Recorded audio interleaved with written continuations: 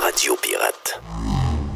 Hey, est-ce que tu suis avec intérêt, vu que c'est ton milieu, tout ce qui se passe avec Éric Kerr et la SAC Click?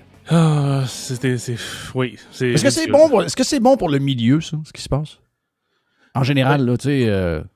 Moi, je pense que ça va rien changer parce que la façon que l'informatique fonctionne au Québec, surtout avec le gouvernement, c'est une espèce de panier de chocolat, puis tout le monde se met les deux mains dedans, puis la bouche, puis les pieds, puis les orteils, puis tout, pour en piger le plus possible. Fait que la moindre petite niaiserie que tu vas vouloir faire va te demander un investissement de coût incroyable.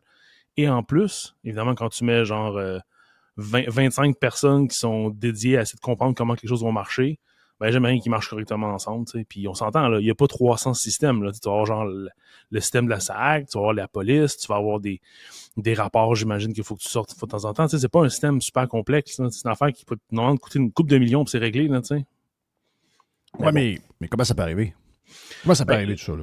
Tu sais quoi? Tu sais, j'essaie de... Tu sais, mon exemple est peut-être un peu exagéré, là. Mais tu sais, cette semaine, on voit dans les... Tu sais, c'est même... Jerry en a parlé. Il a parlé des coûts, là, tu sais, qu'on comprenne un peu comment ChatGPT, ça coûte en hardware et en temps. Puis c'est des chiffres que j'ai vus. C'est des chiffres que j'ai vus, Jeff, là, sur plusieurs sites là, de boursicoteurs, puis d'investisseurs, puis la patente. Là. Il voulait comparer combien ça coûte créer l'intelligence artificielle à partir de zéro avec un produit tel que, mettons, ChatGPT, puis les Chinois avec DeepSeek. Ouais. Puis là, il comparait. Il y a une question de combien d'hommes, combien de chips tu as besoin, le coût des chips, etc.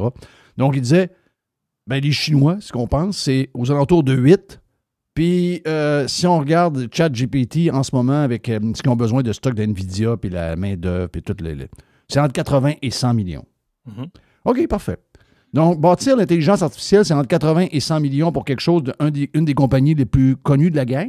Oui. Mais pour un genre de petit site, pour s'inscrire, pour avoir accès à des services de renouvellement, de permis de conduire ou d'avoir quelque chose pour des immatriculations, on est rendu à 1 milliard 100 millions, donc 1100 millions, puis ça fonctionne toujours pas bien. Là. Exact. Comment ça peut arriver? Tu sais, pour des gens comme nous autres qui ne sont pas impliqués dans le day-to-day de ces affaires-là, on a de la misère à comprendre. Là.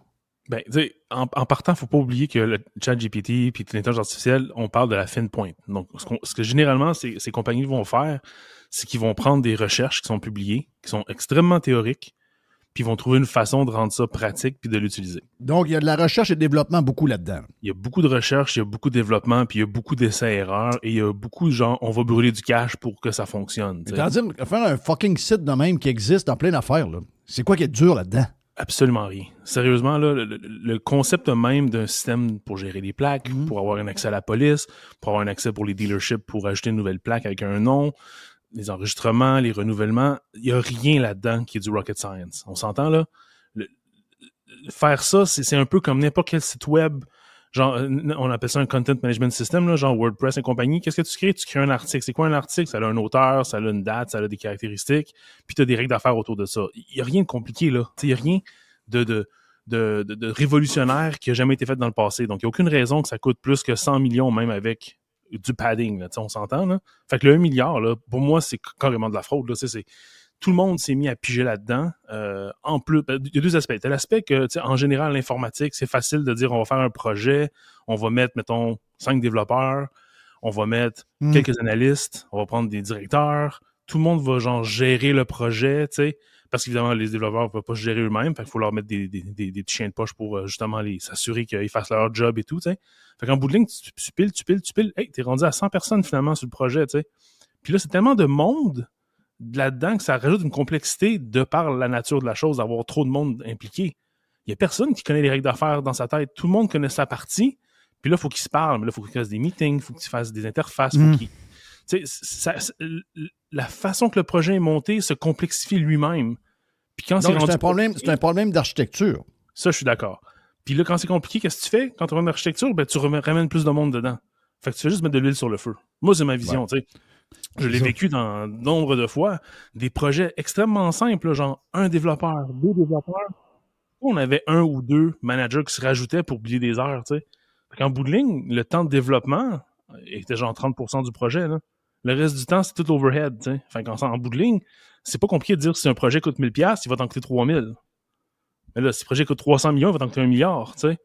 Puis ça, c'est à petite échelle. Donc, imagine la grande échelle. Puis là, tu rajoutes en plus, tu sais, que il y a du monde qui veut être là pour le plus longtemps possible parce qu'ils ont des grosses jobs, puis c'est des projets qui sont payants, puis tout, tu sais. Puis, il faut pas oublier non plus l'autre aspect qui est souvent le problème au public ou même au niveau municipal, c'est que les fournisseurs de services savent que le client, le gouvernement, va changer d'idée 25 fois. Fait qu'ils vont overcharger finalement pour le service parce qu'ils savent que s'ils chargent, mettons, on va dire un chiffron, 10 millions, ils vont recommencer 3 fois, ça va ils feront pas leur argent tant qu'ils n'ont pas chargé au moins 30 millions. Fait qu'ils partent à 45. Ouais, c'est ça. Qu'est-ce que tu penses? Ça arrive à la fin, tu sais. Ah, le gouvernement, il veut 10 serveurs, on va le biller pour 30, on sait qu'il va changer d'idée, tu sais, ou on va le biller la valeur de 30 pour 10 serveurs. Fait que s'il en demande 15, ben là, on va pouvoir essayer de voir si on peut mettre une petite demande de service, rajouter un 5-6 serveurs. Si on réussit pas à cause du contrat, ben on s'est épadé un peu, tu sais. Fait que tout le monde met la main dans le plat de bonbons, c'est juste ridicule. Et pourquoi dans le système public, les États, les provinces, les villes, toutes des affaires c'est toutes des choses qui...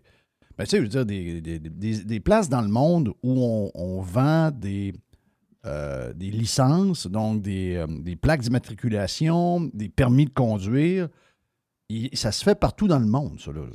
Oui. Tu sais, avant, j'ai déjà fait ça, là. Avant, j'étais l'un des seuls à faire du podcast. Donc, et payant en plus. Mm-hmm. Donc, j'ai bâti mes affaires moi-même. Tu sais, Oui. j'avais des gens qui bâtissaient mes affaires. On a fait notre propre CDN, on a fait nos propres affaires. On n'avait pas le choix. Il n'y avait personne qui le faisait. OK? Oui. Donc, on l'a fait nous autres mêmes. Par après, la beauté, c'est que j'ai été chanceux.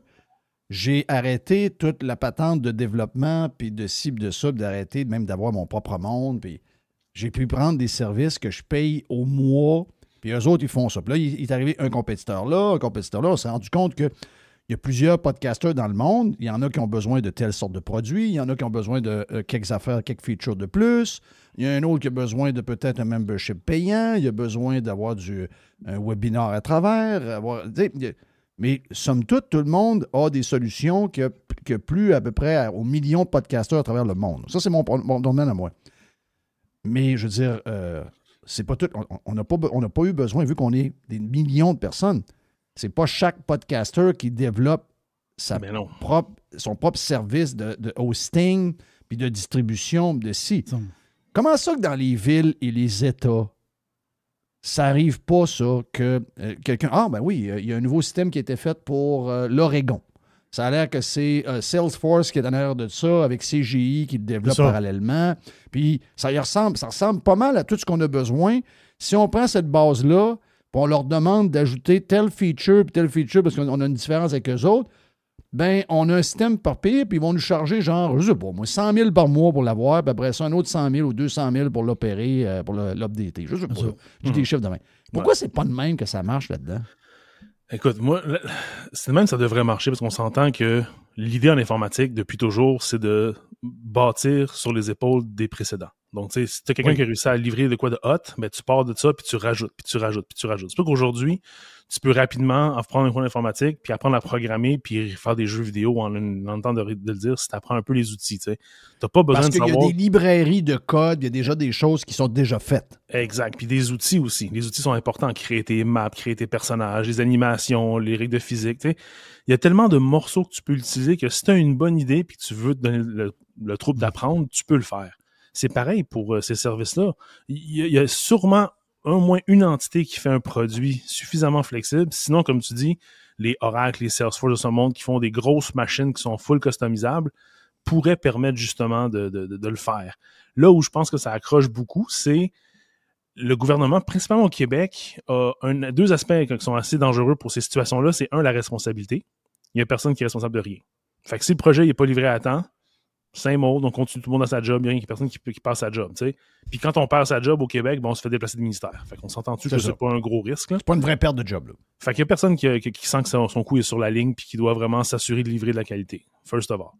Puis deuxièmement, tu sais, l'autre aspect que c'est important, c'est les règles d'affaires sont existantes parce qu'on a un système déjà en place, mais il n'y a pas la flexibilité de dire, écoute, on va réévaluer les règles d'affaires puis on va dire, on pourrait peut-être faire ça mieux maintenant. Pourquoi on a, par exemple, je sais pas, on va dire une affaire inventée, là, il y a 5 niveaux d'admin différents dans le système. Parce que c'est des règles d'affaires différentes. Chacun des admins ont des accès différents. Puis, mais faut que tout le monde ait accès à ça ou on pourrait s'arranger avec juste 3 niveaux, par exemple, tu sais? Puis on vient d'enlever comme 25-30% de la complexité au niveau des règles d'accès. Donc, tu sais, c'est des choses comme ça qu'on veut pas faire parce qu'en bout de ligne, ça se pourrait qu'il y ait une Monique qui ait plus rien à faire, tu comprends? Puis la sécurité d'emploi, il ne faudrait pas que ces personnes-là perdent leur tâche parce que au niveau des syndicats, ton poste et tes définitions de tâches sont spécifiques. Fait que si tu peux plus les faire, mais qu'est-ce que tu vas faire?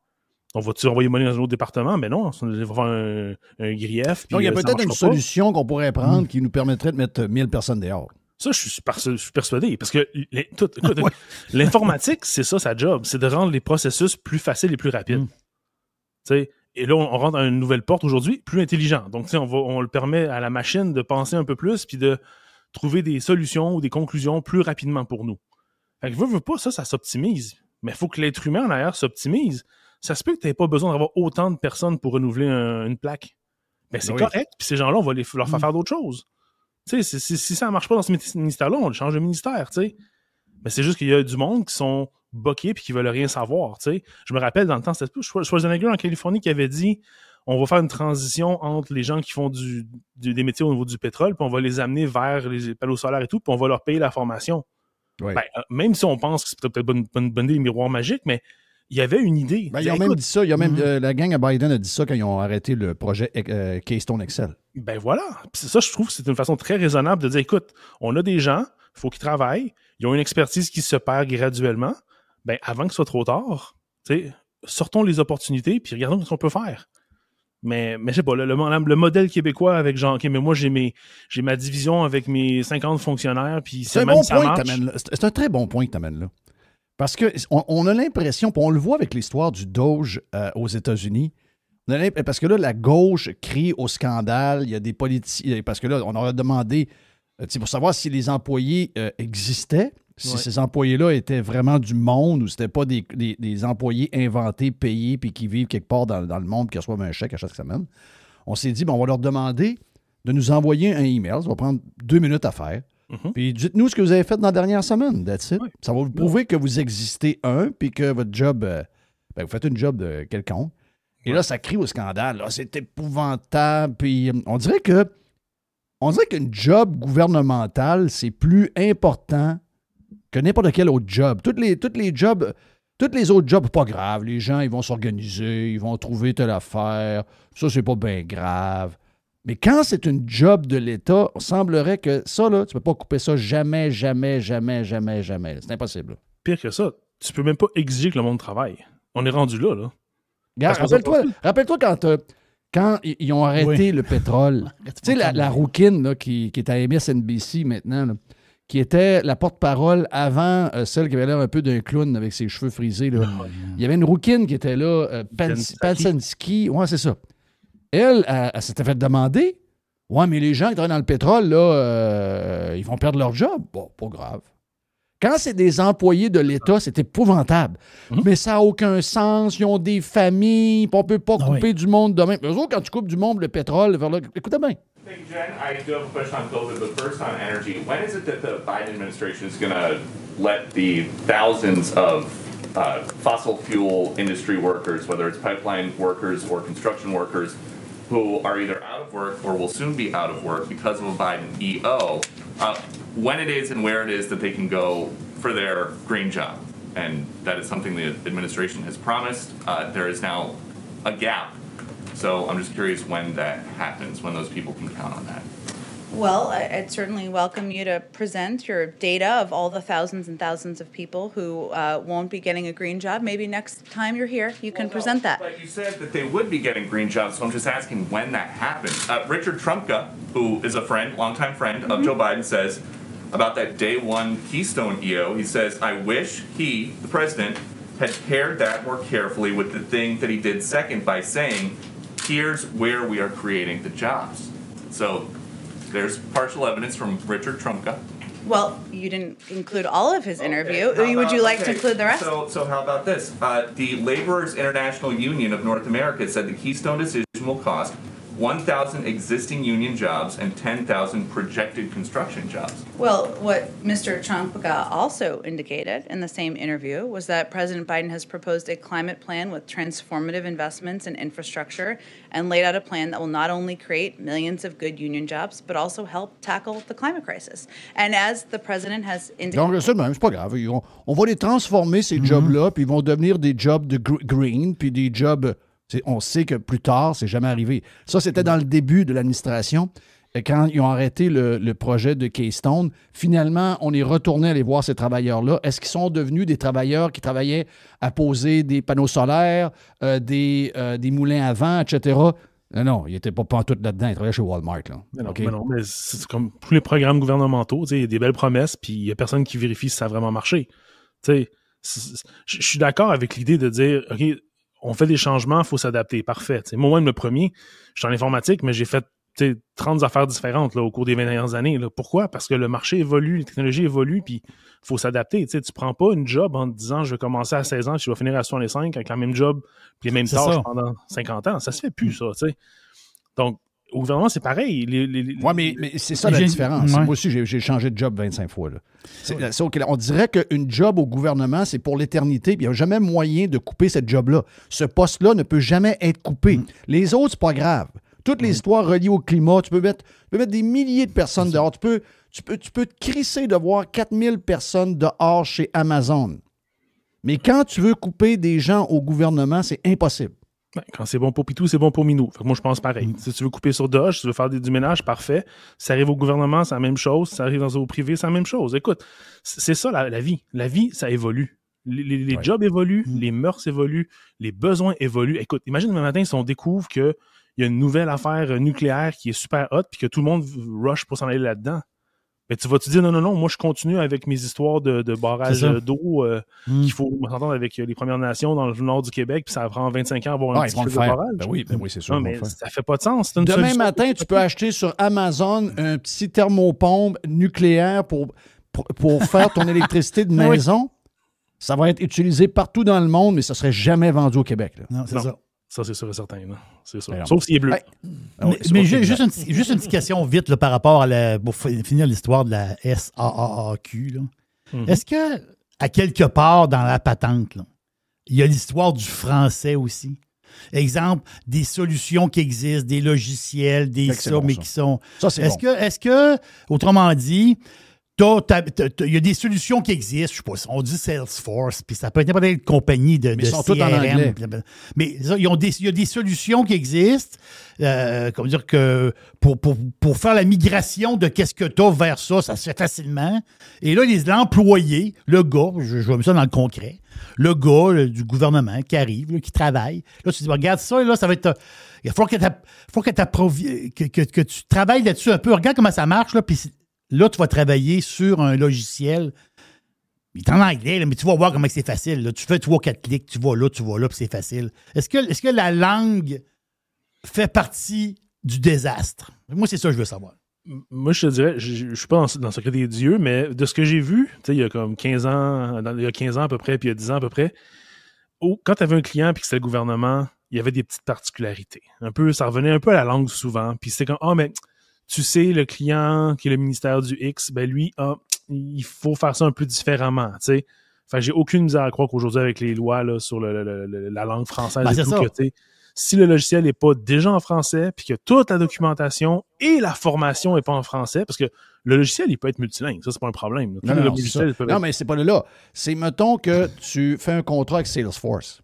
Oui. Et qu'il faut que tu aies des fonctionnaires qui sont en contact avec les ressources de Salesforce qui sont dédiées aux clients québécois. Exactement. Les échanges de emails sont en anglais. Là. Ben oui, ça c'est sûr et certain.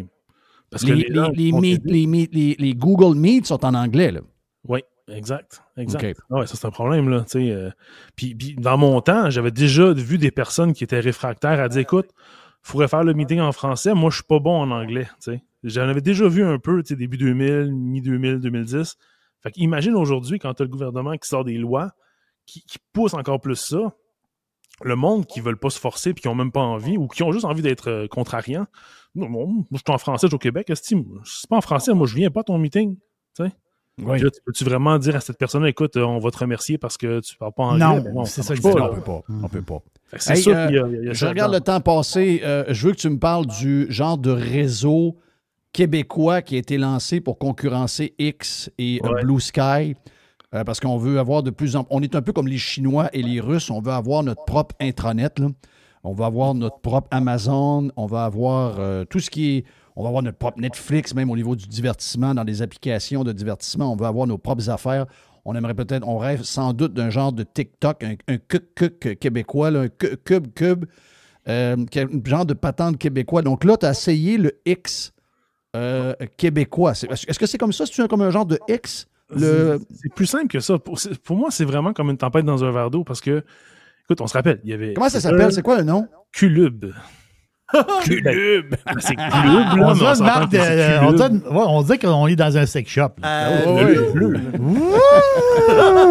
Le cul lubrifié. Oui. Ah ouais. Mais ça fait bien le Québec parce qu'on en a besoin. On se fait tellement Oh fourrer. oui, C'est ça. C'est Christophe. Oh oui. Mais c'est tellement n'importe quoi parce que, tu sais, c'est pas compliqué. C'est un mastodonte. C'est un serveur mastodonte. Toi, moi, Jerry, un peu comme on peut se faire un serveur Minecraft pour que nos enfants jouent ensemble et qu'il n'y ait pas d'étrangers dessus, ben, tu peux te créer un serveur mastodonte. Ça te prend un hébergement à 10 à 15 piastres par mois.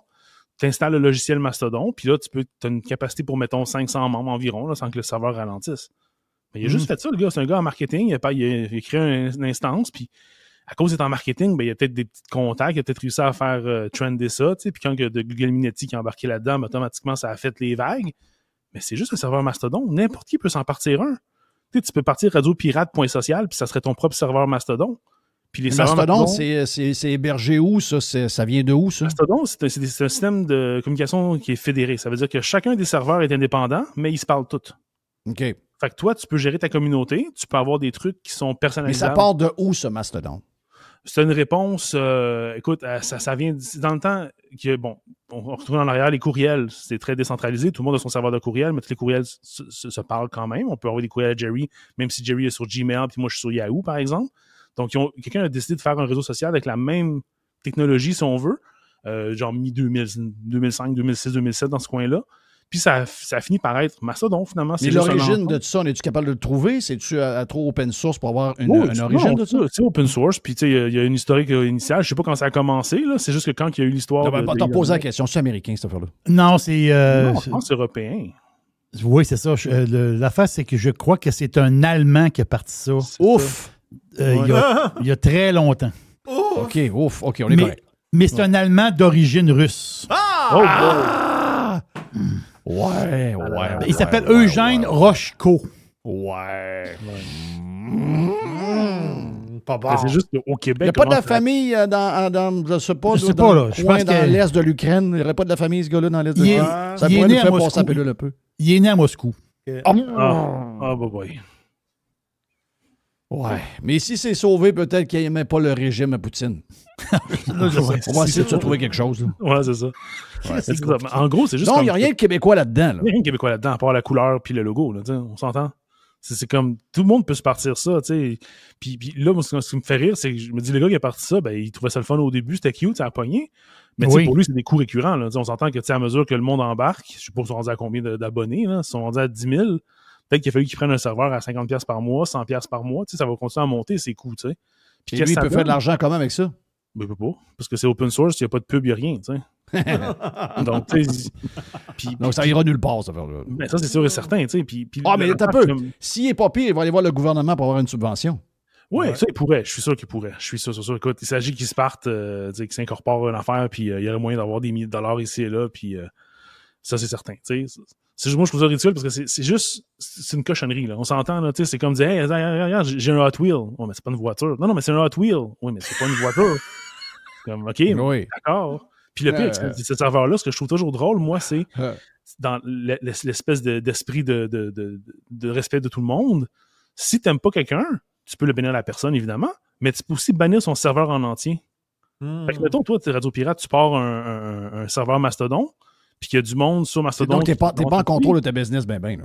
T'es en contrôle de ton petit écosystème ultra fermé, mais rien de plus. Fait que si les autres veulent te bannir, puis que le monde banne le serveur de Radio Pirate Social, ben, il n'y a personne qui va voir vos affaires. Donc, t'es-tu vraiment. Wow. Moi, je trouve ça pathétique, là. Puis dans les. Toujours des règles d'utilisation aussi, genre, faut pas dire des fausses informations, évidemment. Ben oui, mais là, c'est ça. Puis c'est qui l'arbitre de ça? Ben, c'est le gars qui est parti du serveur. Puis si le gars, il penche à gauche, ben, qu'est-ce que tu penses qu'il va arriver? Ben, c'est ça. Enfin, ça, c'est comme le pire de ce qu'il y a dans Twitter, mais tout concentré dans des petites HOA, finalement, si on veut, de réseaux sociaux. Ouais. Je vais donner un conseil aussi aux utilisateurs. Ne cherchez pas QLub dans Google Images. Moi, je suis tombé Non, sur c'est ça. J'imagine que vous allez avoir des images. Oui, je suis tombé sur des... Mais le chiffre qu'il y a là que je vois, il est marqué 3900 comptes actifs. C'est fort possible. 4000 personnes. Ben non, c'est pas vrai, là. OK. Attends, faut ramener ça en termes de réseaux sociaux. Des comptes actifs, est-ce que c'est vraiment des active users dans les derniers 7 jours, 30 jours, 90 jours, tu sais? Parce qu'il y a du monde qui peuvent s'inscrire puis juste rien faire avec ça, là. Oui, je comprends. C'est pour ça que le monthly active user, c'est vraiment le métrique pour les réseaux sociaux qui est reconnu comme étant la chose à utiliser pour le marketing, pour les pubs, ces choses-là, tu sais. Fait que, non, mais quand même, c'est pas veiller tard avec ça, là.